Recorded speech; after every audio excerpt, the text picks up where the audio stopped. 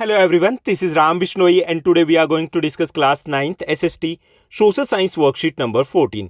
यह आपकी 7th of August 2021 की वर्कशीट रहेगी। आज की वर्कशीट भी काफ़ी इजी इंटरेस्टिंग रहने वाली है, जिसमें हम जियो का second chapter physical features of India इसको हम कंटिन्यू रखेंगे और डिस्कस करने वाले हैं पेनिनसुलर प्लेट्यू के बारे में। अब तक हम 2 वर्कशीट इस चैप्टर की ऑलरेडी कर चुके हैं, जिसमें हमने समझा है, डिस्कस किया है that India can be classified और divided into the 6 physiographic features, 6 physiographic divisions. Okay, यानी कि इंडिया को हम रिलीफ फीचर्स के बेस पे 6 पार्ट्स में डिवाइड कर सकते हैं। उसमें से 2 part the great Himalayas and the northern plain वो हम डिस्कस कर चुके हैं। आज हम थर्ड पार्ट यानी कि पेनिनसुला प्लेट्यू है वो हम डिटेल में डिस्कस करेंगे। पेनिनसुला प्लेट्यू है, इसकी फॉर्मेशन कैसे हुई है, इसके मेन फीचर्स क्या हैं, इसके सब डिविजन्स कौन कौन से हैं, और साथ ही साथ हम ईस्टर्न और वेस्टर्न घाट भी डिस्कस करने वाले हैं। लेट्स बिगिन, चलिए शुरुआत करते हैं। सबसे पहले हम देखेंगे कि ये पेनिनसुला प्लेट्यू है वो है कहाँ पर। तो अगर हम साउथ इंडिया की बात करें, इंडिया के मैप की बात करें, तो उसमें हम थोड़ा सा लोकेट करने की कोशिश करेंगे कि एग्जैक्टली इसकी लोकेशन क्या है। क्लियर? तो हमारे साउथ इंडिया में यहाँ पर ट्राइंगुलर शेप में ये आ जाता है हमारा पेनिनसुलर प्लेट्यू। क्लियर? तो लगभग किस शेप में? ट्राइंगुलर शेप में। ओके, और मेनली हम कह सकते हैं ये साउदर्न पार्ट में इंडिया के। क्लियर? अब बात आती है कि इसको पेनिनसुला प्लेट्यू को क्यों कहते हैं। तो पेनिनसुला एक होता है आइलैंड। आइलैंड पता ना आपको? Island is a land mass that is surrounded by water from all the side, यानी कि वो लैंड जो चारों ओर से पानी से घिरी है उसको क्या बोलेंगे हम? आइलैंड बोलेंगे, हिंदी में बोलेंगे द्वीप। और पेनिनसुलर क्या है? पेनिनसुला क्या होता है? प्रायद्वीप होता है। तो पेनिनसुला क्या है? Peninsula is a land mass that is surrounded by water from 3 side. वो भूभाग या वो जमीन जो 3 ओर से पानी से घिरी है उसको बोलते हैं हम पेनिनसुला। जैसे ये जो पार्ट है हमारा, ये 3 ओर से पानी से घिरा हुआ, जैसे यहाँ से अरेबियन सी, इंडियन ओशन, यहाँ बे ऑफ बंगाल, तो इसको बोलते हैं पेनिनसुला और इस प्लेट्यू को हम बोलते हैं पेनिनसुलर प्लेट्यू। क्लियर? इतना समझ में आ गया होगा। अब हम बात करेंगे कि ये बना कैसे। ये जो peninsular plateau it is formed by the volcanic activities, जो ज्वालामुखी विस्फोट होता है उससे ये बना हुआ है। And it is the table land composed of old crystalline igneous and the metamorphic rocks, यानी कि यहाँ पर इग्निशियस या फिर मेटामॉर्फिक रॉक्स है, उसकी चट्टानें, इस टाइप की चट्टानें यहाँ पे मिलती है। और ये पूरा का पूरा वोल्केनिक जो एक्टिविटी है उससे ये बना हुआ है। और ये क्या है? टेबल लैंड है। जैसे आपको मैं थोड़ा सा बता दूं कि माउंटेन और जो प्लेट्यू होता है उसमें 2 बेसिक डिफरेंस होते हैं। जैसे यहाँ पे मैंने बना दिया, ये हो गया आपका माउंटेन।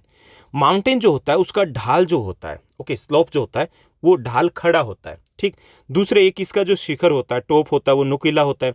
जबकि अगर बात की जाए हमारे पेनिनसुला की, जो प्लेट्यू की अगर बात की जाए, तो प्लेट्यू जो होता है उसका जो ढाल होता है वो थोड़ा सा स्लो होता है, मंद होता है। ठीक। और उसका ऊपर का जो भाग होता है वो टेबल की तरह फ्लैट होता है, स्पाट होता है। तो ये डिफरेंस होता है बेसिक किसमें, जो माउंटेन है, हिल है, या फिर प्लेट्यू जो है। एक और डिफरेंस होता है जो पहाड़ी जिसको हम बोलेंगे या माउंटेन जिसको बोलेंगे, उसकी हाइट होती है वो 1000 मीटर से ज़्यादा होती है, जो नॉर्मली अगर हम बात की जाए, जनरली अगर हम बात करें तो। क्लियर? तो ये बेसिक डिफरेंस है। तो आपको समझ में आ गया होगा कि अगर लैंड मास की बात करें दोनों की एक जैसी है, पथरीली ज़मीन होती है। लेकिन जो पर्वत होता है, माउंटेन जो होता है, उसके शिखर खड़ा होता है, जो ढाल होता है वो खड़ा होता है, और शिखर जो चोटी होती है वो नुकीली होती है, ऊपर की तरफ तीखा होता जाता है। जबकि जो प्लेट्यू होता है, ढाल वो स्लो होते हैं, मंद होते हैं, और ऊपर से मेज की तरह, टेबल की तरह स्पाट होता है, फ्लैट होता है। क्लियर? अब हम बात करेंगे कि ये जो लैंड मास है, this is the oldest land mass. जितने भी हमने 6 फिजियोग्राफिक डिवीजन की बात की इंडिया की, उसमें से सबसे पुराना जो लैंड मास है वो यही है, which consist of the broad shallow valleys and rounded hills. यहाँ पे ब्रॉड, चौड़ी घाटियां पाई जाती है। अब जो चौड़ी, जितनी चौड़ी घाटियां हैं, यानी कि नदी के द्वारा जो कटाव करके उनको वैलीज को बनाया गया है, तो वो चौड़ी क्यों है, इतनी वाइड क्यों है?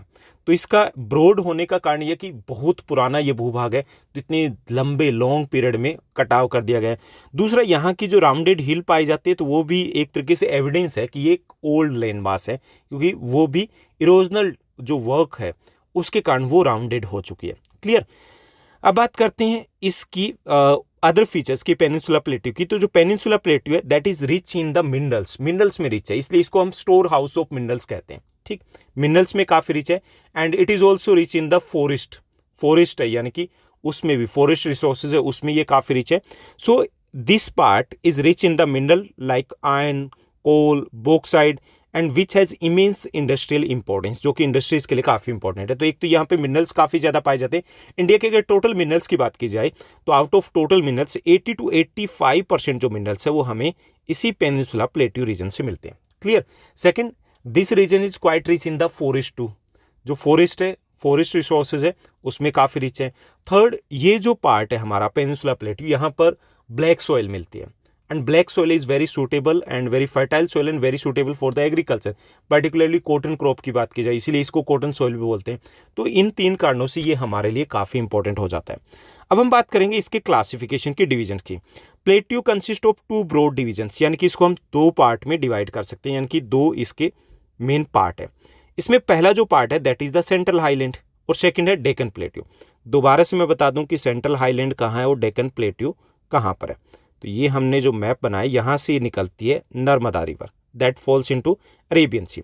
जो नर्मदा रिवर है उसके नॉर्थ का जो पार्ट है that is the central highland, और जो इसके साउथ का पार्ट है, जो ट्रायंगुलर शेप में ये साउथ वाला पार्ट, ये डेक्कन प्लेट्यू है। क्लियर। यानी कि ये जो नर्मदा रिवर है वो इसको 2 पार्ट्स में डिवाइड करती है, नॉर्दर्न पार्ट सेंट्रल हाईलैंड और जो साउदर्न पार्ट है that is the Deccan plateau. अब हम नॉर्दर्न पार्ट यानी कि सेंट्रल हाईलैंड की बात करें तो it lies north of the Narmada river, Narmada rivers के नॉर्थ में आ जाता है, और major areas lies on the Malwa plateau, यानी कि इसका जो मेन पार्ट है वो वेस्टर्न साइड में आ जाता है, मालवा प्लेट्यू जिसको बोलते हैं। ईस्टर्न साइड की बात करें तो ईस्टर्न साइड में यहाँ पर मेनली जो पार्ट है वो है बुंदेलखंड, बघेलखंड प्लेट्यू, छोटा नागपुर प्लेट्यू, ये इसका ईस्टर्न पार्ट आ जाता है। जो इसका वेस्टर्न पार्ट है वो वाइडर है as compare to the eastern part है वो नेरोवर है, यानी कि कम चौड़ा है ईस्टर्न की साइड में। जो हम वेस्ट बंगाल की साइड में जाते हैं तो वो पार्ट है वो कम चौड़ा है, जबकि वेस्टर्न जो पार्ट है वो इसका ज़्यादा चौड़ा है। ठीक। और इसका वेस्टर्न पार्ट को हम मालवा का पठार बोलते हैं, मालवा प्लेट्यू। ईस्टर्न पार्ट में आ जाते हैं बुंदेलखंड प्लेट्यू, बघेलखंड प्लेट्यू, छोटा नागपुर प्लेट्यू। क्लियर। इतना समझ में आ गया होगा। अब हम बात करते हैं यहाँ की इंपॉर्टेंट रिवर्स की। तो जो सेंट्रल हाईलैंड्स है यहाँ की इंपॉर्टेंट रिवर्स है चंबल, बेतवा, कीन, दामोदर, ये यहाँ की इंपॉर्टेंट रिवर्स है जो इस एरिया से फ्लो करती है। क्लियर। अब हम बात करेंगे सेकंड पार्ट की। जो सेकंड पार्ट है वो है डेक्कन प्लेट्यू। ठीक। डेक्कन प्लेट्यू है, it is higher in the west and slope is gently eastward. ये जो डेक्कन प्लेट्यू है वो इस साइड में, यानी कि ये जो पार्ट है यहाँ पर ये ऊंचा है और इसका स्लोप है वो ईस्टवर्ड है, ढाल जो है ईस्टवर्ड है। इसलिए जितनी भी रिवर्स यहाँ इस प्लेट्यू रीजन से निकलती है, जैसे नर्मदा, तापी, यानी मेन रिवर्स को अगर छोड़ दिया जाए तो उनके अलावा जितनी भी रिवर्स यहाँ से निकलती है वो सारी सारी बे ऑफ बंगाल में गिरती है। क्यों गिरती है? क्योंकि यहाँ जो स्लोप है वो ईस्टवर्ड है, यानी कि ढाल है वो वेस्ट बंगाल की साइड में है।